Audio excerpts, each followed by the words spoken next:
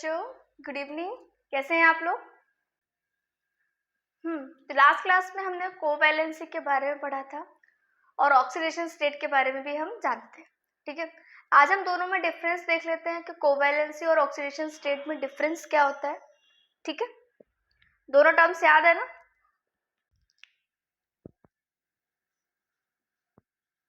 याद है कोवैलेंसी क्या थी और ऑक्सीडेशन स्टेट क्या था?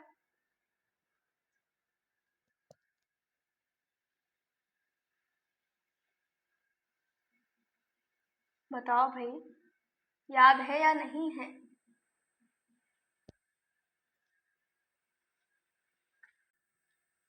कोवैलेंसी हमने निकाली थी कि नंबर ऑफ कोवैलेंट बॉन्ड्स वो कितने बना सकता है। तो जो आपकी कोवैलेंसी है वो किस पर डिपेंड होने वाली है? नंबर ऑफ कोवैलेंट बॉन्ड पर। और ऑक्सीडेशन जो स्टेट था वो फॉर्मल चार्ज के ऊपर डिपेंड करता था। ठीक है, तो हम क्या लिखेंगे कि जो कोवैलेंसी है वो क्या बताएगी? नंबर ऑफ कोवैलेंट बॉन्ड, कितने कोवैलेंट बॉन्ड आपने फॉर्म किए हैं। और अगर ऑक्सीडेशन स्टेट की बात करें तो ये क्या बोलेगा? Permanent formal charge.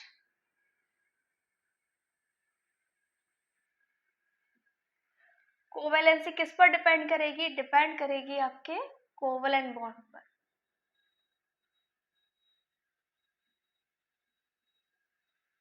लेकिन जो आपका ऑक्सीडेशन स्टेट है वो डिपेंड नहीं करने वाला।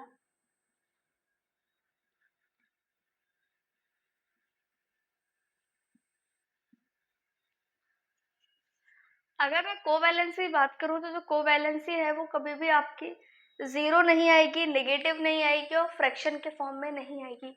हमेशा आपको कैसे देखने को मिलेगी? पॉजिटिव देखने को मिलेगी, क्योंकि जितने बॉन्ड्स बनाए हैं उस हिसाब से ही आपकी कोवैलेंसी आनी है। तो वो हमेशा कैसी रहेगी? पॉजिटिव रहेगी। तो क्या बोल सकते हैं हम? Can not be zero, negative and fractional. लेकिन अगर वही बात की जाए आपके ऑक्सीडेशन स्टेट की तो वो जीरो भी आ सकता है, फ्रैक्शनल में भी आ सकता है, नेगेटिव पॉजिटिव सारी चीजों को शो कर सकता है। तो can be zero, negative and fractional. तो एक जनरल डिफरेंस था ये आपका कोवैलेंसी और ऑक्सीडेशन स्टेट को लेकर। ठीक है, जैसे अगर मैं आपसे पूछ लूं कुछ कोवैलेंसीज, एक है आपका CH4, एक है आपका H3CCl, एक है आपका H22Cl2, एक है आपका HCCl3 और एक है आपका Cl4। ठीक है, अब अगर इन सब में आपको कोवैलेंसी और ऑक्सीडेशन स्टेट निकालना है तो बताइए जरा कितना आएगा?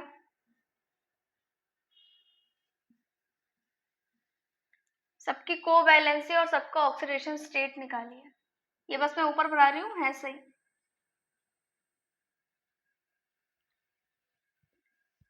फर्स्ट, सेकंड, थर्ड, फोर्थ और फिफ्थ। बताइए जरा, कोवैलेंसी के बारे में हम बात करते हैं। तो अगर मैं कोवैलेंसी देखूं इन सबकी, तो यहाँ पर जो आपका सेंट्रल एटम है यानी कि कार्बन, उसने पांचों केसेस में कितने बॉन्ड बना रखे हैं? 4।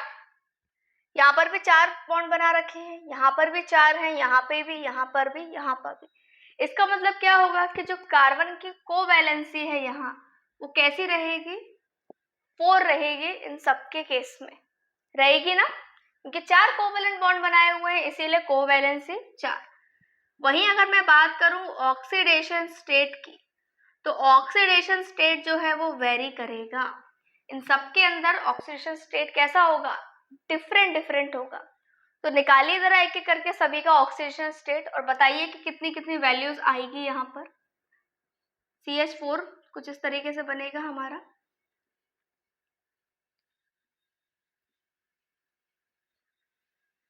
तो कार्बन और हाइड्रोजन में अगर मैं इलेक्ट्रोनेगेटिविटी देखूं तो किसकी ज्यादा है? हाइड्रोजन की ज्यादा है, तो बॉन्ड हमारा कुछ इस टाइप से बनेगा, है ना? बनेगा ना? यानी कि यहाँ जो चार्ज आएगा वो कितना चार्ज आएगा कार्बन के ऊपर, -4। ठीक है, एक तो ये तरीका होता है निकालने का। दूसरा तरीका मैंने आपको बताया है कि इस कार्बन को हम x मान सकते हैं ना। और हाइड्रोजन, एक हाइड्रोजन कितने बॉन्ड बनाता है, एक, तो 4 हाइड्रोजन कितने बॉन्ड बनाएंगे, 4। 4 = 0, x = -4। तो आप ऐसे भी निकाल सकते हैं और इस तरीके से भी आप निकाल सकते हैं। आना आपको दोनों चाहिए, है ना। इसी तरीके से यहाँ पर देख लेते हैं। एक तो आपका 3 क्या है, हाइड्रोजन है, और एक क्या है आपका Cl है। तो हाइड्रोजन के केस में तो क्या होगा, तीनों में आपकी जो कार्बन है उसकी इलेक्ट्रोनेगेटिविटी ज्यादा होगी, लेकिन कार्बन और Cl को जब देखेंगे तो किसकी ज्यादा होगी, Cl की ज्यादा होगी। ठीक है, तो ये इसका स्ट्रक्चर बनेगा। तो उस हिसाब से कितना चार्ज आ जाएगा, बताइए कितना चार्ज आना चाहिए इसमें कार्बन के ऊपर। वेरी गुड, कितना चार्ज आएगा, -2। यहाँ बताइए,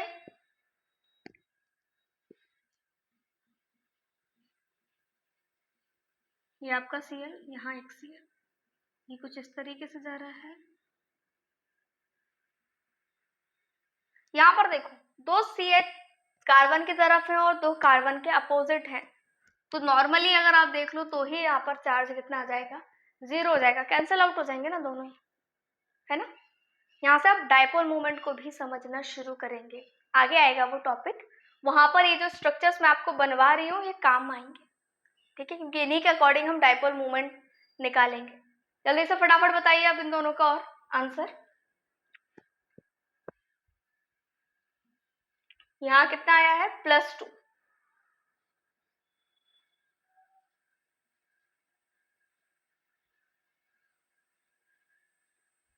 क्या चीज समझ में नहीं आई बेटा, ये चार्ज निकालना समझ में नहीं आया या स्ट्रक्चर समझ में नहीं आया, ये बताइए पहले तो।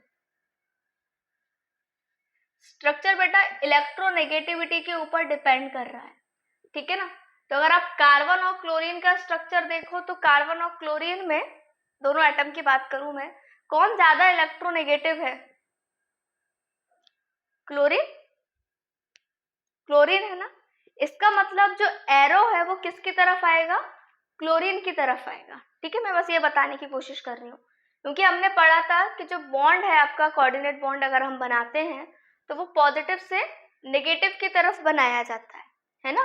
तो उस केस के लिए कार्बन क्या हो गया, पॉजिटिव, और क्लोरीन क्या हो गया, नेगेटिव। इसीलिए मैंने ये साइन जो है वो क्लोरीन की तरफ लगाए हैं। बस ये इतना सा चीज मैंने यहाँ पर करी है।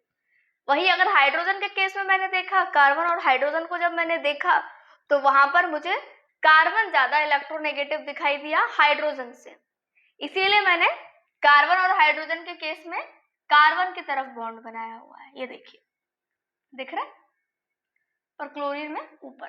बस अब देखो, ये 4 क्लोरीन है और चारों के चारों कैसे हैं, नेगेटिव हैं, तो ऑटोमेटिकली आपका जो कार्बन है वो क्या हो जाएगा, पॉजिटिव हो जाएगा। अब 4 क्लोरीन नेगेटिव है तो कार्बन को कितना होना पड़ेगा, 4 पॉजिटिव होना पड़ेगा, यानी कि इस केस के अंदर कितना आएगा आपका, +4।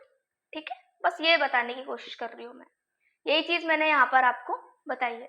कोवैलेंसी तो सब में सेम रहेगी आपकी, 4 ही रहेगी, लेकिन जो ऑक्सीडेशन स्टेट है वो सब में डिफरेंट रहेगा।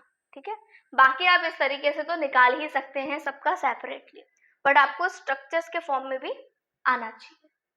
अब आ गई बात समझ में, अब तो कोई दिक्कत नहीं है। मैंने आपको सिखाया था ना बेटा लास्ट चैप्टर के अंदर ऑक्सीडेशन स्टेट अपन कैसे निकालते हैं। देखो, जैसे अगर मान लीजिए ये वाला है आपका, ठीक है, कुछ ज्यादा ही बॉन्ड बना दिया मैंने, यहाँ से कम कर देती हूँ। तो अब देखो, मुझे किसका निकालना था, कार्बन का निकालना था। ठीक है, तो कार्बन को मैं ले लूं x, एक हाइड्रोजन कितने बॉन्ड बनाता है, एक बनाता है, कितने हाइड्रोजन दे रखे हैं, 3, तो कितना लिखूंगी मैं, 3, प्लस क्लोरीन कितना बॉन्ड बनाता है, -1, है ना। क्लोरीन के ऊपर कितना होता है, -1 चार्ज होता है, बराबर में 0। तो बस इसको अब आप सॉल्व कर लीजिए, तो कितना आएगा 3 - 1 2, तो x बराबर कितना हो जाएगा -2, यानी कि H3CCl के केस में कितना चार्ज आया कार्बन का -2 आया। ठीक है, बस जैसे मैंने आपको एग्जांपल नहीं दिए थे क्या बेटा, MnO2- के दिए थे ना, तो यहाँ पर भी हमने ऐसे निकाला था, ये x था, ये कितने बना रहा था 4 बॉन्ड बना रहा था, बराबर में -1 क्योंकि कॉम्प्लेक्स के ऊपर -1 चार्ज लगा हुआ है। तो इस फॉर्म में अगर हम देखेंगे तो -1 + 4, तो x बराबर कितना 3, यानी कि यहाँ पर चार्ज कितना आ रहा था इसका +3 चार्ज आ रहा था। बस वही सेम चीज हम यहाँ पर कर रहे हैं। ठीक है, अब आ गया, बताइए, आ गया ना पक्का? अच्छा, तो अब इसके आगे हम पढ़ेंगे नेक्स्ट थ्योरी जिसका नाम है बैलेंस बॉन्ड थ्योरी, क्योंकि हमारी बहुत सारी लिमिटेशंस थी लुईस स्ट्रक्चर की, तो उनको ओवरकम करने के लिए जो नेक्स्ट थ्योरी आई थी उसका नाम था बैलेंस बॉन्ड थ्योरी, जिसको हम BVT के नाम से जानते हैं। उसी का शॉर्ट फॉर्म है बैलेंस बॉन्ड थ्योरी का BVT। चलो तो उसके बारे में पढ़ते हैं, ये लिख लिया।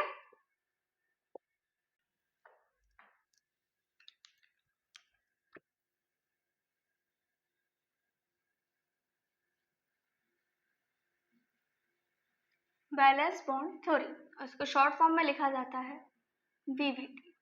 ठीक है, तो आपको ज्यादातर जगह पर VVT लिखा हुआ ही दिखाई देगा, क्योंकि पूरा नहीं लिखते हैं, उसको VVT लिख देते हैं। ठीक है, तो क्या एक्सप्लेन करती है BVT? ये बॉन्ड फॉर्मेशन एक्सप्लेन करती है थ्रू ओवरलैपिंग। मतलब यहाँ पर आप क्या पढ़ने वाले हैं, ओवरलैपिंग के बारे में पढ़ने वाले हैं। कैसे करेंगे हम ओवरलैपिंग? कुछ टाइप्स है हमारे ओवरलैपिंग के। ठीक है, ओवरलैप समझते हैं ना, एक एटम लिया, दूसरा एटम लिया, दोनों को ज्वाइन कराया, दोनों को अट्रैक्ट कराया, तो दोनों ने बॉन्ड का फॉर्मेशन किया। तो दोनों का जब बॉन्ड का फॉर्मेशन हुआ होगा तो कुछ ना कुछ उनके पार्ट में ओवरलैपिंग हुई होगी। तो वही कॉन्सेप्ट को हम पढ़ते हैं BVT के अंदर। ये क्या बताएगा आपको, बॉन्ड फॉर्मेशन के बारे में बताएगा थ्रू द ओवरलैपिंग। ठीक है, तो उसको हम लिख सकते हैं, it explain the bond formation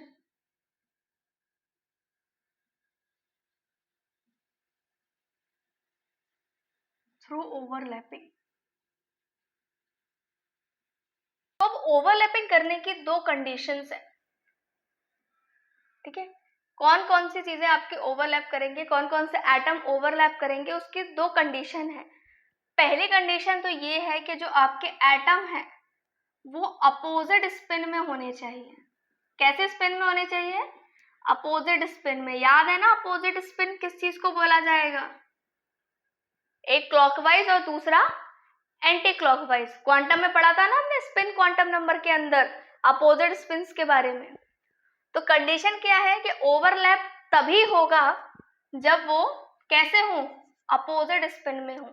दूसरी कंडीशन कैसी है, अनपेयर्ड होने चाहिए। कैसे होना चाहिए? अनपेयर्ड होना चाहिए। इलेक्ट्रॉन अनपेयर्ड होगा तभी वो ओवरलैप करेगा। इसका मतलब अगर आपसे क्वेश्चन पूछ लिया जाए, विच ऑफ द फॉलोइंग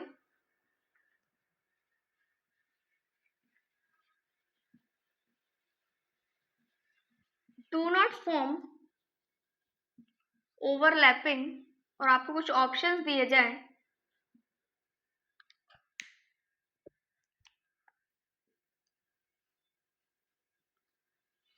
एक मान लीजिए ये कंडीशन है,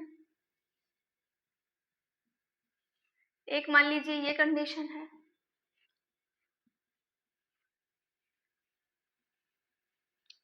एक आपकी ये कंडीशन है, तो क्या आंसर होगा?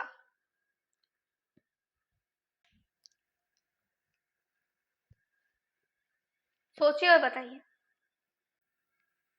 क्या आंसर होगा। देखो क्या कंडीशन बोली मैंने, दो कंडीशन बोली कि अनपेयर्ड होना चाहिए और अपोजिट स्पिन में होना चाहिए। दोनों को, अकेला एक से काम नहीं चलेगा।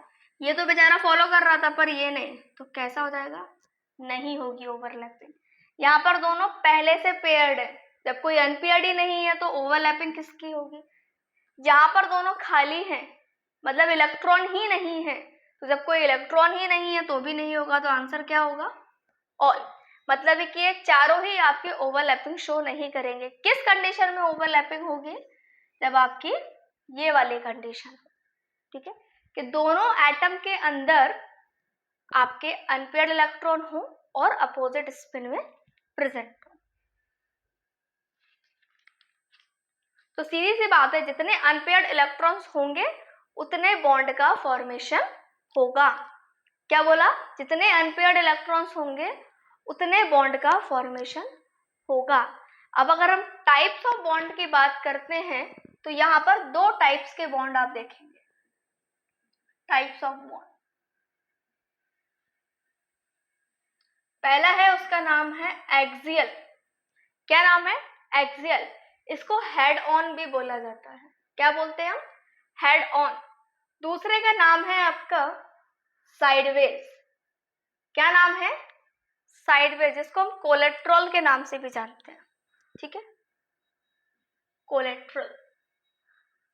अब देखो, दो टाइप के आप यहाँ पर ओवरलैपिंग देखने वाले हो। एक तो है हेड ऑन, एक्सियल।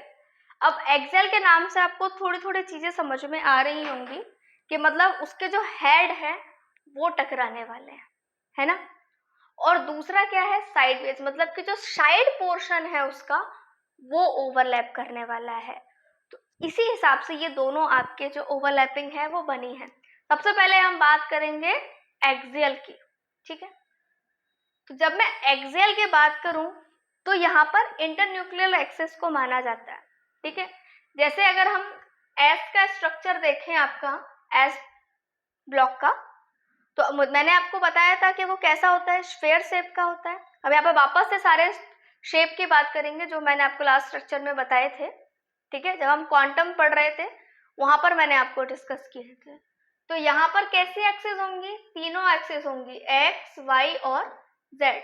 क्योंकि जो एस है, उस एस ब्लॉक जो है, एस ऑर्बिटल जो है आपका, उसका जो शेप है वो कैसा होता है? स्फेरिकल होता है। स्फेरिकल है मतलब कि नॉन डायरेक्शनल होगा, तीनों ही डायरेक्शन उसके अंदर प्रेजेंट होंगी ना।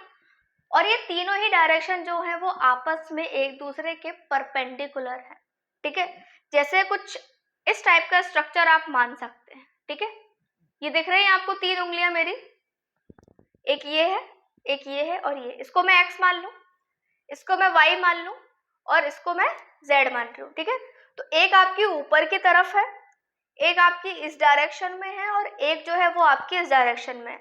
आपको थोड़ा सा 3D वाला व्यू अपने माइंड के अंदर बनाना पड़ेगा। और ये तीनों ही कैसी हैं? आपस में परपेंडिकुलर है। इतनी बात समझ में आई? तो इसका मतलब अगर मैं किसी एक को भी इंटरन्यूक्लियर एक्सिस मानती हूँ, किसी को भी अगर मैं सॉरी किसी को भी मैं अगर एक्सिस पर लेती हूँ तो बाकी के दोनों कैसे रहेंगे? उससे परपेंडिकुलर रहेंगे। ये बात समझ में आ गई? ठीक है। तो अभी मैं क्या बोल रही हूँ कि जो x है वो आपका इंटरन्यूक्लियर एक्सिस है। If x is internuclear axis, ठीक है। तो क्या क्या कंडीशंस हमें देखने को मिल सकती हैं, हम उनकी बात करेंगे, ठीक है। तो रेडी हो जाओ फिर डायग्राम बनाने के लिए s और s की, ठीक है। मेरे पास ये s का एटम है, मेरे पास ये x का एटम है, ये इसका x एक्सिस, ये इसका y एक्स एक्सिस, ये y, ये y, ये आपका, थोड़ा सही से बनाना, मतलब बीच में पॉइंट आना चाहिए, और ये, ठीक है। ये आपका z, ये y, ये x, ये x, ये z, ये y।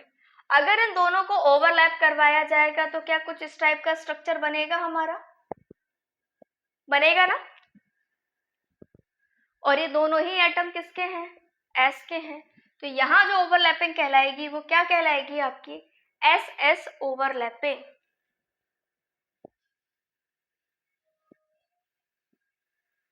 पूरा नहीं ओवरलैप कर रहा है बेटा, कुछ पोर्शन ओवरलैप कर रहा है उसका। देखो जरा मैंने क्या बनाया है, ये देखो, ये आपका एक है, ये आपका दूसरा है। सिर्फ इतना पोर्शन जो है वो ओवरलैप कर रहा है, पूरा का पूरा एटम ओवरलैप नहीं कर रहा है, ठीक है ना। मतलब एक ऐसा आ गया और दूसरा आपका इतना दिखेगा, कुछ इस टाइप से स्ट्रक्चर आपको दिखेगा, ठीक है। जैसे अगर ये दो सर्कल है, इनको मैं ओवरलैप करा रही हूँ तो ये ऐसे ओवरलैप होंगे, ठीक है। एक तो पूरा दिखेगा और एक आधा दिखेगा, क्योंकि वो उसके पीछे छुप जाएगा, है ना। इसी तरीके से स्ट्रक्चर हम देखते हैं। तो ये जो ओवरलैपिंग है वो आपकी कैसी कहलाएगी, एस एस ओवरलैपिंग। अच्छा, अब यहाँ पर तो कोई डायरेक्शन का रोल था भी नहीं, तो हमें इतनी कोई दिक्कत नहीं है।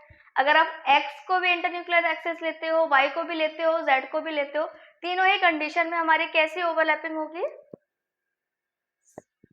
एक्सियल, यानी जिसको बोला जाता है हेड ऑन, मतलब कि हेड से हेड आपके टकराएंगे, यहाँ पर ओवरलैप होंगे। सेकेंड, अगर मैं केस लूं एस और पी का, ठीक है। अब मैं किसका केस लेने वाली हूँ, एस और पी का। तो ये तो एस और एस थे, अब हम बात करेंगे एस और पी की। तो अगर आपको याद होगा, ये ऐसे और मैं स्ट्रक्चर यहाँ पे बनाने वाली हूँ पी एक्स का। तो मैंने कुछ इस टाइप से स्ट्रक्चर आपको पढ़ाया था पी एक्स का, याद है ना। डम्बल शेप होता है, 3 डायरेक्शन में होता है, पी एक्स, पी वाई और पी जेड होता है ना। इसका मतलब अब ये दोनों जब ओवरलैप करेंगे तो कुछ इस तरीके से ओवरलैप करेंगे। एस तो बेचारा ऐसा ही है, वो तो ऐसे का ऐसे ही रहेगा। पी का जो कुछ पोर्शन है वो यहाँ से जाके ओवरलैप करेगा, मतलब ये उसकी ओवरलैपिंग साइड हो जाएगी। अब इस टाइप का जो बॉन्ड है वो आपका क्या कहलाएगा, एस और एस पी, है ना। एस और पी ऑर्बिटल को मिलाया है, वो भी पर्टिकुलर, दोनों कैसे हैं, एक्स एक्सिस पे मिल रहे हैं, ये भी एक्स है और ये भी एक्स एक्सिस है ना। तो दोनों क्या होंगे, sp का फॉर्मेशन कर लेंगे आराम से। तीसरी कंडीशन क्या हो सकती है, अगर मैं px और px को मिलाऊं। ये सारे अभी हम बात कर रहे हैं एक्सियल की, ठीक है ना, अभी हम सिर्फ एक्सियल की बात कर रहे हैं। आ जाओ, तो px और px का स्ट्रक्चर मैं बनाती हूँ। ये आपका px है, ये भी आपका px है, ठीक है।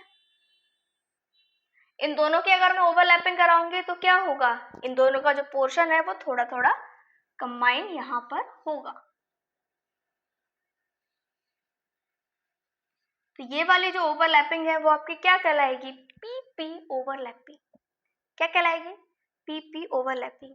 यानी कि अगर मैं एक्सियल की बात करती हूँ, हेड टू हेड टकराने की बात करती हूँ, तो क्या क्या टकराएंगे, हेड टू हेड। एक तो एस और एस ऑर्बिटल आपका टकराएगा, दूसरा एस और पी टकराएगा, लेकिन उनके जो इंटरन्यूक्लियर एक्सिस है वो कैसी होनी चाहिए, सेम होनी चाहिए। यहाँ पे अगर मैं पी वाई या पी जेड ले लेती तो नहीं बनता। क्यों नहीं बनता, वो भी आगे मैं आपको पढ़ाऊंगी। तीसरी कंडीशन, पी एक्स और पी एक्स दोनों कैसे हैं, सेम लेवल पे हैं। जब कोई भी चीज सेम लेवल पे है तो वो आराम से क्या होगी, हेड टू हेड टकरा सकती है ना।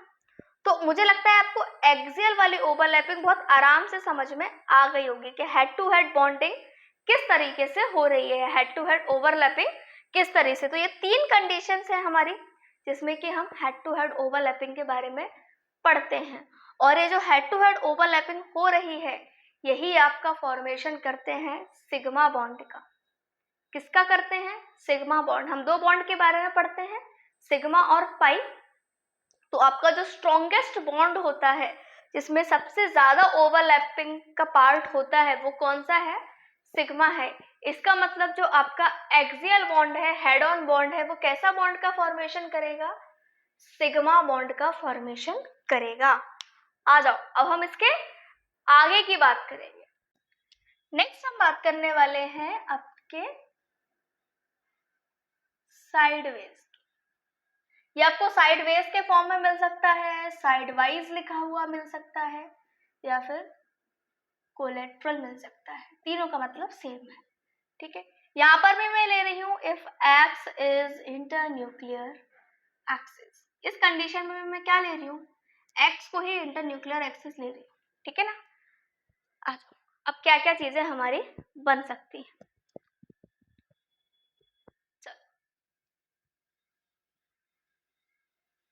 बताओ जरा, ये किसका डायग्राम होगा, ये तो आपकी एक्स है। यहाँ पर कौन सी एक्सिस होती है आपकी, वाई। इसका मतलब ये कौन सा डायग्राम है आपका, पी वाई और पी वाई। जब दोनों पी वाई अपने आपस में टकराएंगे, यहाँ पर कैसे बॉन्डिंग होगी, इस तरीके से। ये एक है, ये एक है, दोनों आपस में, यानी कि ये वाला लोब और ये वाला लोब दोनों क्या होंगे, ओवरलैप होंगे, होंगे ना। डबल डबल्ड है, इसका मतलब यहाँ जो स्ट्रक्चर बनेगा अगर इन दोनों को ऐड किया जाए, एक तो ये चीज और यहाँ, यानी कि ये वाला पोर्शन और ये वाला पोर्शन क्या होने वाला है, ओवरलैप होने वाला है, ठीक है ना, क्या होगा, ओवरलैप होगा। अब देखो यहाँ पर ये जो ओवरलैप हुई है वो साइड वाइज ओवरलैपिंग हुई है, तो इसको बोला जाएगा पी पाई बॉन्ड। कैसा बॉन्ड बनेगा ये, पी पाई बॉन्ड। अगर आपका P orbital head to head bond बनाता है तो उसको हम सिग्मा बोलेंगे, अगर वो साइड वाला बॉन्ड बनाता है तो उसको हम क्या बोलेंगे, पाई बॉन्ड। इसका मतलब जो साइड वाइज वाले हैं वो कौन से बॉन्ड का फॉर्मेशन करेंगे, पाई बॉन्ड का फॉर्मेशन करेंगे। कौन सा बॉन्ड, आपका पाई बॉन्ड, ठीक है। तो अब आपको पता लग रहा होगा कि ये जो सिग्मा बॉन्ड और पाई बॉन्ड हम लिखते हैं, पढ़ते हैं, वो आए कहाँ से, वो आए यहाँ से हैं, ठीक है। आ जाओ डी ब्लॉक की बात करते हैं, ठीक है। पी के हमने पढ़ लिया, अब हम बात करेंगे डी ब्लॉक की। तो डी का भी स्ट्रक्चर आपको याद होगा। अगर मैं डी एक्स वाई का स्ट्रक्चर बनाऊं, कुछ ये स्ट्रक्चर है, ये आपका एक्स है और ये आपका वाई है। इसी तरीके से यहाँ भी बनेगा आपका, ठीक है, ये आपका y है और ये आपका x, ठीक है। ये क्या है आपके dxy। तो सोचो अगर मैं जब इन दोनों को ऐड ऑन कराऊंगी तो क्या स्ट्रक्चर आपका बनेगा, वो हमें यहाँ पर देखना है, ठीक है। अब आपको अगर याद होगा तो हमने यहाँ पर नॉन एक्सियल और एक्सियल टाइप के बॉन्ड के बारे में, शेप के बारे में पढ़ा था कि डी ब्लॉक जो है उसको हमने दो पार्ट में डिवाइड कर रहा था। तीन स्ट्रक्चर जो थे वो आपके नॉन एक्सियल थे और दो स्ट्रक्चर जो थे वो आपके एक्सियल थे। तो पहले हम वो बना लेते हैं, ठीक है। इसको मैं z ले लेती हूँ, इसको x ले लेती हूँ, तो ये डी एक्स जेड हो गया, ठीक है। इसको y और z ले लेती हूँ, तो ये आपका डी वाई जेड हो गया।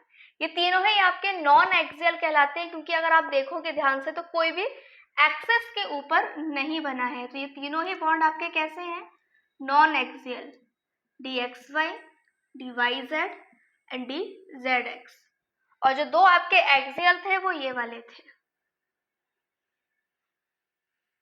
ठीक है, D x square minus Y square. ये देखो आप एक्सेस के ऊपर बनाए हुए हैं, और ये था आपका डी जेड स्क्वायर। इसमें क्या होता है, एक ऑर्बिटल तो आपका सामने दिखाई देता है और दूसरा ऑर्बिटल पीछे की तरफ होता है, तो वो पूरा नहीं दिखता है, सिर्फ एक सर्कुलर फॉर्म में आपको दिखाई देता है, ठीक है, क्योंकि दोनों ही z के हैं। जब दोनों ही z आपस में बॉन्ड बनाएंगे तो दोनों एक साथ नहीं देख सकते हैं, ठीक है। तो ये वाले आपके कौन से थे, एक्सियल, ठीक है। अब अगर मैं आपसे पूछूं एक्स वाई और एक्स वाई के बीच में बॉन्ड बनाने का, तो वो किस टाइप का बॉन्ड बनाएगा, ठीक है। इसको मैं हटा देती हूँ, ये मैंने आपको रिवाइज करवा दी है चीजें ताकि आपके माइंड में फिर से आ जाए सारे स्ट्रक्चर्स।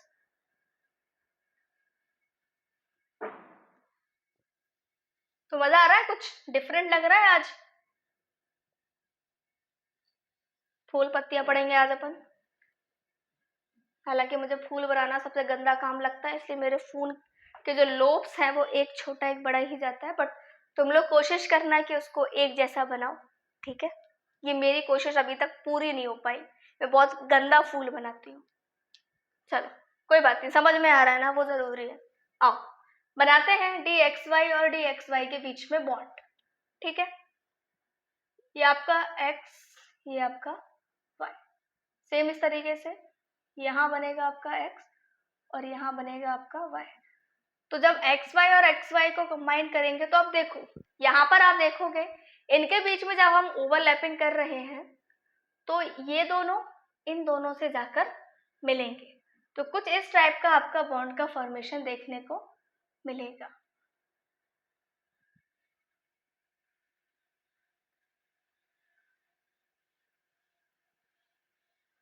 काफी दूर बना दिया है मैंने, इसको अपन पास बना लेते हैं, थोड़ा सा, थोड़ा और पास, कि बॉन्ड यहाँ से आ जाएगा आपका,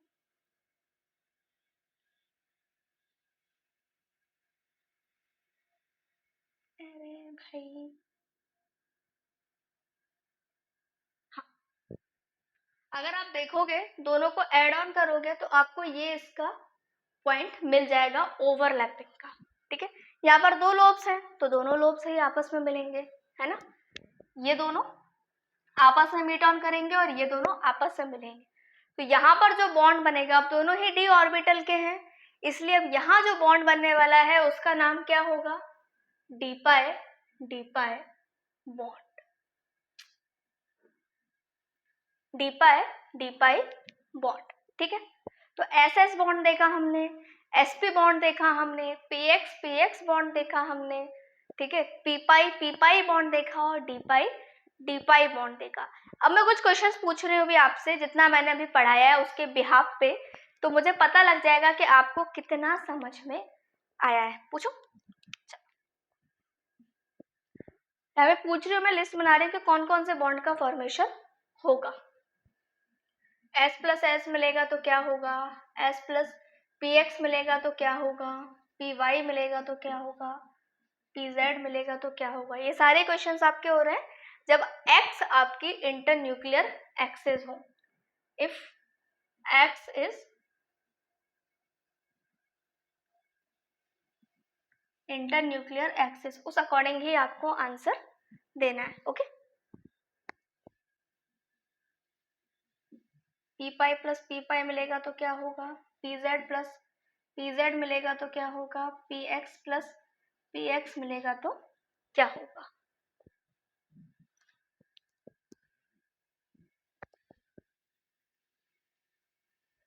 बताइए।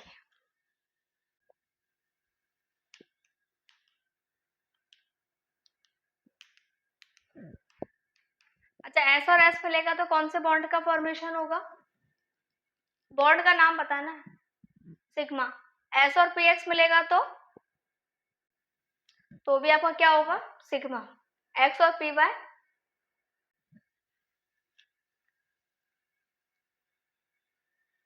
देखो सिग्मा बॉन्ड का ही बनेगा और पी जेड में भी आपका सिग्मा बॉन्ड बनेगा, क्योंकि मैंने आपको बताया था जो एस है वो नॉन डायरेक्शनल है, वो तीनों डायरेक्शन में प्रेजेंट है। तो तीनों डायरेक्शन में प्रेजेंट होने के कारण पी का अगर कोई भी एक्सिस वहां पर प्रेजेंट है तो वो उसके साथ बॉन्ड हेड ऑन वाला ही बनाएगा। तो तीनों केसेस में वो क्या करेगा, एस जो है वो पी के साथ सिग्मा बॉन्ड बनाएगा। आगे क्या बताइए, पी वाई मिलेगा तो कौन सा बॉन्ड बनाएगा, पाई बॉन्ड का फॉर्मेशन होगा, क्योंकि आपकी एक्स इंटरन्यूक्लियर एक्सिस है। पीजेड मिलेगा तो ये भी आपका क्या बनाएगा, पाई बॉन्ड बनाएगा। और पीएक्स मिलेगा तो नहीं, सिग्मा बॉन्ड बनाएगा। अभी पढ़ाया था ना, एक्स ही तो इंटरन्यूक्लियर एक्सिस है, ये वाली है, और एक्स यहाँ पे ही प्रेजेंट होगा। जब वो एक्सिस पे ही प्रेजेंट है दोनों, तो क्या बनाएगा, सिग्मा बॉन्ड बनाएगा। अभी पढ़ाया था मैंने, अभी स्ट्रक्चर ही बनाया था, इधर ही बनाया था पीएक्स और पीएक्स का, देखो कॉपी में बनाया है ना। देखो एक्स एक्सिस पे चल रहे हैं, अब वाई पे कोई भी जाएगा, जेड पर कोई भी जाएगा, तो वो पाई पे बनाएंगे। ये तो एक्सिस पे प्रेजेंट है, तो दोनों हेड ऑन ओवरलैपिंग ही करेंगे, इसीलिए सिग्मा बॉन्ड का ही फॉर्मेशन करेंगे। अच्छा, अब अगर इस क्वेश्चन को मैं थोड़ा सा चेंज कर दूं, मैं बोलूं कि अब आपकी जो वाई है इंटरन्यूक्लियर एक्सिस, तो बताइए इन सबका क्या क्या बॉन्ड बनेगा। चलो शुरू हो जाओ। पहली कंडीशन में वाई क्यों, वो तो एस है, सिग्मा ही बनेंगे, उनको कोई फर्क नहीं पड़ रहा, तुम कुछ ही डाल दो एक्सेस, वो तो स्फेरिकल है ना, गोल गोल गोल सब चीज में बराबर, कोई फर्क नहीं पड़ता। दूसरी कंडीशन, पी एक्स और एस, ये भी आपका क्या रहेगा, सिग्मा। एस और पी वाई, ये भी सिग्मा। एस और पी जेड, ये भी सिग्मा। इतनी हेल्प मैंने कर दी, ये तीन तुम बताओ। पी पाई और पी पाई मिलेगा तो क्या होगा, क्योंकि इस बार वाई इंटरन्यूक्लियर एक्सिस है, अब वाई ऐसे आ चुका है, तो जो पी पाई और पी पाई होगा वो क्या बनाएगा, सिग्मा बॉन्ड बनाएगा। मैंने बोला ना, अब वाई मैं इंटरन्यूक्लियर एक्सिस ले रही हूँ, अभी एक्स थी, अब मैंने क्या ली, वाई, तो क्या बनाएगा ये, सिग्मा। और पीजेड और पीजेड क्या बनाएंगे, पाई, और ये भी क्या बनाएगा, अब पाई बनाएगा, ठीक है। तो जो इंटरन्यूक्लियर एक्सिस होगी उसके अकॉर्डिंग आपको आंसर बताना रहेगा। चलो Z के केस का भी बताओ। अगर Z इंटरन्यूक्लियर एक्सिस है तो क्या क्या बनेगा, बताओ फटाफट, बोलो। S और S, उसके बाद S और PX, ये भी सिग्मा। इनके साथ कोई दिक्कत नहीं है ना, बताया तो सही, ये भी सिग्मा और ये भी सिग्मा। बताओ पी पाई क्या बनाएगा इस बार, पाई बॉन्ड बनाएगा, क्योंकि इस बार Z इंटरन्यूक्लियर एक्सिस है।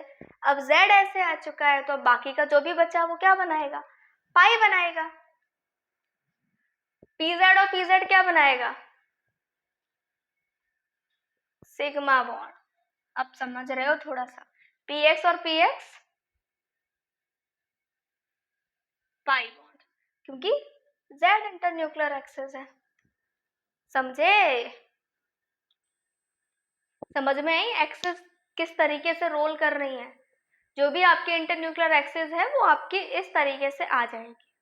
अब बाकी की चीजें जो है वो इसके परपेंडिकुलर मूव करेंगी, और जो भी परपेंडिकुलर मूव आ जाएगा p ऑर्बिटल के केस में, फिर वो साइड वाइज ओवरलैपिंग करने लगेगा, यानी कि पाई बॉन्ड का फॉर्मेशन करने लगेगा। और आगे की बात करते हैं। हमने क्या बोला था, आपका x इंटरन्यूक्लियर एक्सिस है,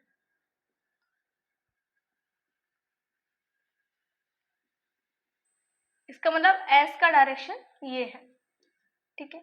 अगर यहाँ पर आपका पी वाई आता है या फिर हम पी जेड बनाएंगे, ठीक है। अगर पी एक्स या पी वाई अगर हम वहां पर बनाएंगे, एक्स के साथ तो वो सिग्मा बॉन्ड बनाएगा, पी वाई और पी जेड अगर हम बनाते हैं तो इनकी ओवरलैपिंग नहीं होती है। सॉरी, मैंने ये वाला पॉइंट यहाँ पे देखा नहीं था, ठीक है। तीनों एक्सिस के लिए नहीं आएगा, अलग अलग आएगा।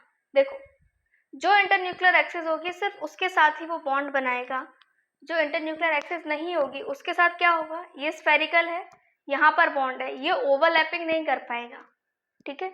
इसलिए इन केसेस में बॉन्ड बनता ही नहीं है, ठीक है। आपका आंसर आएगा नो बॉन्ड, ठीक। इन केसेस में बॉन्ड बनेगा ही नहीं। इसी तरीके से अगर y आपकी इंटरन्यूक्लियर एक्सिस होगी वहां,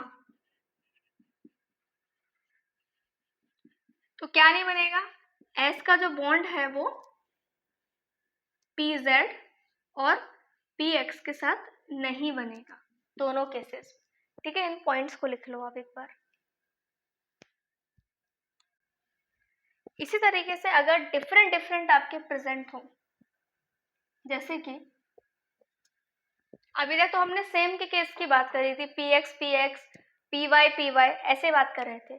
अब अगर मान लीजिए आपका कुछ ऐसा बॉन्ड है, ये आपका PX है और ये आपका PY है, अगर इन दोनों का हम फॉर्मेशन करेंगे तो यहाँ पर भी आपकी क्या कंडीशन आएगी, नो बॉन्ड की कंडीशन आएगी। मतलब अगर दोनों अलग अलग एक्सिस पर प्रेजेंट है तो वहां पर ओवरलैपिंग नहीं होती। इसी तरीके से अगर PY को मैं PZ के साथ मिलाऊं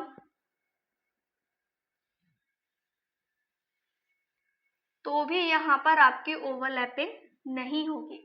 इसका मतलब क्या है कि अगर डिफरेंट डिफरेंट केसेस आपके आएंगे तो वहां पर ओवरलैपिंग नहीं होगी। इसी तरीके से अगर डी ब्लॉक के केस में हम देखें तो ये आपका DXY है, और अगर आपका DXY PY के साथ बॉन्ड बनाना चाहता है तो यहाँ पर बॉन्ड नहीं बनेगा। समझ पा रहे हैं आप इस बात? कैसी कंडीशन होनी चाहिए, सेम होने चाहिए, सेम होंगे तभी वो बॉन्ड का फॉर्मेशन करेंगे, अदरवाइज नहीं करेंगे, ठीक है। इसी तरीके से अगर DXY YZ के साथ मिला दिया जाए, यहाँ पे देख लेते हैं।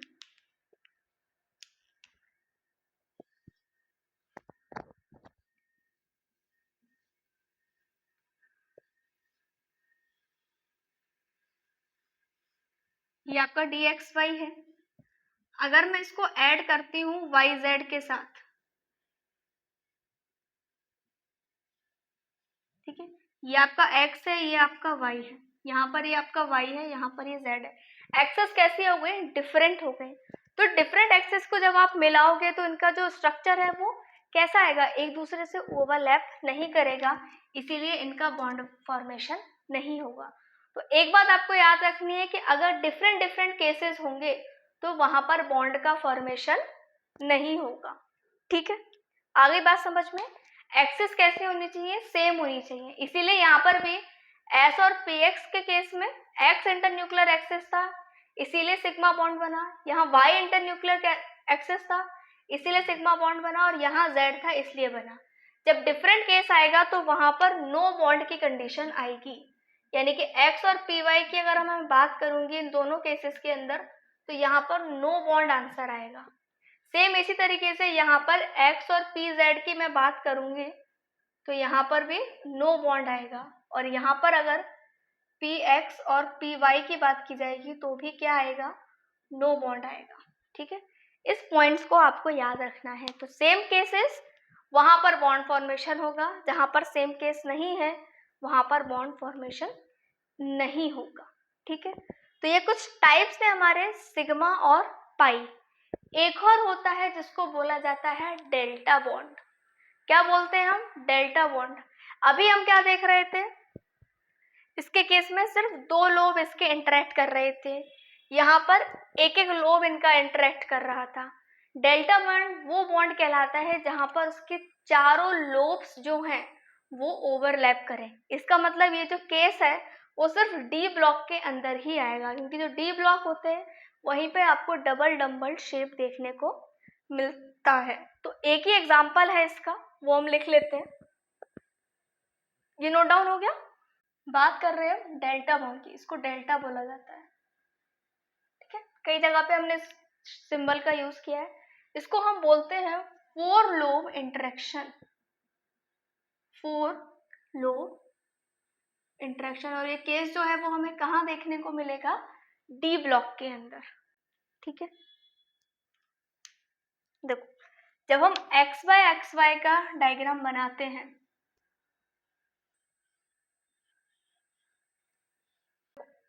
ये जो है वो पूरा का पूरा किसके साथ ओवरलैप करेगा, इसके साथ ओवरलैप करेगा।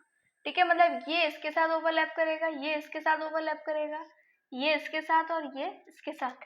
यहाँ पर चारों के चारों जो है वो आपस में लोब इंटरेक्ट करते हैं। तो सिर्फ एक ही कंडीशन है जहां पर आपका डेल्टा बॉन्ड का फॉर्मेशन होता है, तो उसको हम क्या बोलेंगे, when four lobes involve in bonding then it forms the delta bond. ठीक है, तो अगर हम डी ब्लॉक की बात करेंगे तो डी ब्लॉक के जो केसेस हैं आपके d x Y, D Y z, d Z x और d x square minus Y square, d x square minus Y square, ये चारों ही आपके डेल्टा बॉन्ड का फॉर्मेशन करेंगे। ठीक है, सिर्फ कौन नहीं करेगा, आपका डी जेड स्क्वायर। जो डी जेड स्क्वायर है वो आपका डेल्टा बॉन्ड का फॉर्मेशन नहीं करता है, क्योंकि वहां पर सिर्फ दो ही लोब्स प्रेजेंट होते हैं। ठीक है, बाकी सब में कितने हैं, चार चार हैं, वहां पर सिर्फ दो लोब प्रेजेंट होते हैं, इसीलिए वो बॉन्ड का फॉर्मेशन नहीं करेगा।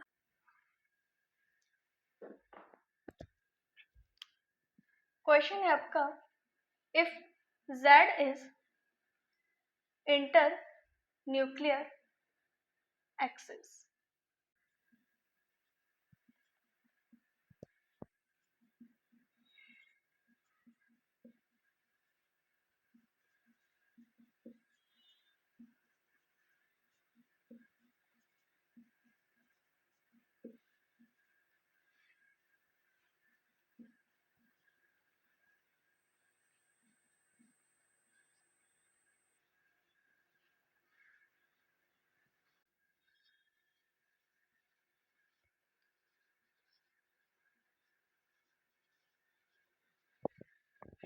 ये सारे क्वेश्चंस हैं, इनके आंसर आपको बताने हैं। ठीक है, यहाँ पर ये डेल्टा बॉन्ड बनाएगा और ये बाकी के सारे आपके पाई बॉन्ड बनाएंगे, और ये जो है वो डेल्टा बॉन्ड नहीं बनाएगा। ठीक है,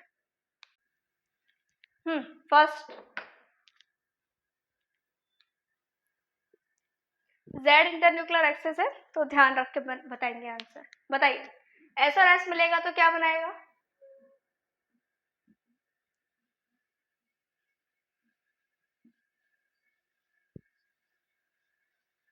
एस और एस मिलेगा तो क्या बनाएगा, जल्दी जल्दी बताओ। Sigma bond. एस और पी वाई मिलेंगे तो क्या बनाएगा, बताइए, नो बॉन्ड। एक्स और पी जेड मिलेगा तो क्या बनाएगा,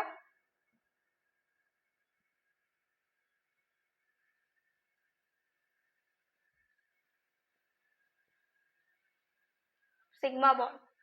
एक्स और P X, no bond. P X और पी एक्स मिलेंगे तो क्या बनाएंगे, पी एक्स और पी एक्स मिलेगा तो पाई बॉन्ड। पी वाई और पी जेड अगर मिल रहा है तो क्या बनाएगा, नो बॉन्ड। डिफरेंट है बेटा दोनों, है ना। पी जेड और पी एक्स मिलेगा तो क्या बनाएगा,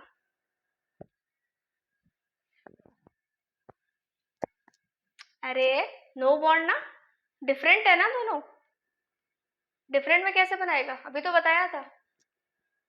चलो, डी एक्स वाई और पी एक्स ये दोनों मिलेंगे तो क्या बनाएगा,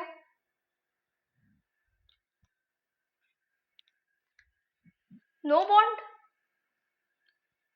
क्योंकि सब डिफरेंट है ना, ये तो अलग अलग है। मैंने क्या बोला था, अलग अलग होंगे तो बॉन्ड बनेगा ही नहीं, सीधी सी बात। डी एक्स वाई और P z, no bond. D x y और P y, no bond. D x y, delta bond, pi भी बनाएगा और साथ में डेल्टा बॉन्ड भी बनाएगा। और डी वाई जेड और वाई जेड क्या बनाएंगे, पाई बॉन्ड बनाएंगे। ठीक है, तो इस पूरे से हमें सारा हमारा रिवीजन हो गया। जो सेम वाले होंगे वो आपके क्या करेंगे, सिग्मा कब बनाएंगे, जब हेड ऑन हो रहा होगा। लेटरल अगर होता है तो पाई बॉन्ड बनाएंगे। अगर सेम है तो उसी कंडीशन में बॉन्ड बनते हैं। अगर डिफरेंट डिफरेंट है तो वहां पर बॉन्ड का फॉर्मेशन नहीं होता है। ठीक है, अगर आपकी न्यूक्लियर एक्सिस है उसी का केस लिया गया है तो दोनों सेम हो जाएंगे, इसीलिए सिग्मा बॉन्ड का फॉर्मेशन हुआ। यहाँ पर डिफरेंट एक्सिस आ गई, इसीलिए वहां पर कोई भी बॉन्ड फॉर्मेशन नहीं होगा। ठीक है, चल, तो ये कुछ चीजें थी हमारी जो कि हमने आज इस चैप्टर में पढ़ी। अब इसके आगे जो हम पढ़ेंगे वो थोड़ा सा हम स्ट्रेंथ वाला पार्ट पढ़ेंगे, बॉन्ड स्ट्रेंथ के बारे में। ठीक है, वहां पर कौन कौन से कंपाउंड्स बनते हैं नहीं बनते हैं, कुछ उनका आइडिया लेंगे। और फिर और इस बीबीटी के जो स्ट्रक्चर्स दिए गए हैं अब उन स्ट्रक्चर्स को समझेंगे। ठीक है, ये पार्ट आपको समझना जरूरी था कि कौन सा बॉन्ड बनेगा कौन सा नहीं बनेगा, क्योंकि उसी के अकॉर्डिंग फिर हम उसके स्ट्रक्चर्स बना पाएंगे। तो कल के चैप्टर में हम बीबीटी के स्ट्रक्चर्स के बारे में पढ़ेंगे। ठीक है, तो जो मंडे को आपका लेक्चर रहेगा उस दिन हम क्या पढ़ेंगे, स्ट्रक्चर्स। बाकी अब आपको डीपी मिल जाएगी पीरियोडिक क्लासिफिकेशन वाले चैप्टर की, आज मैं आपको भेज दूंगी। तो कल संडे है, आराम से आप उसको बैठ के सॉल्व करिएगा। आज का बस आपका काम यही है, जो मैंने आपको पढ़ाया है आप उसको पूरा देखना एक बार, क्योंकि थोड़ी सी नई चीजें हैं, थोड़ा सा कंफ्यूज भी हो सकते हो।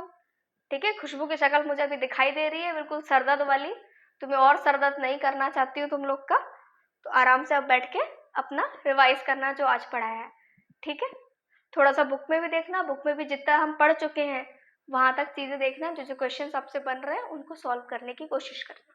ठीक है, चलो तो फिर एंड करते हैं सर।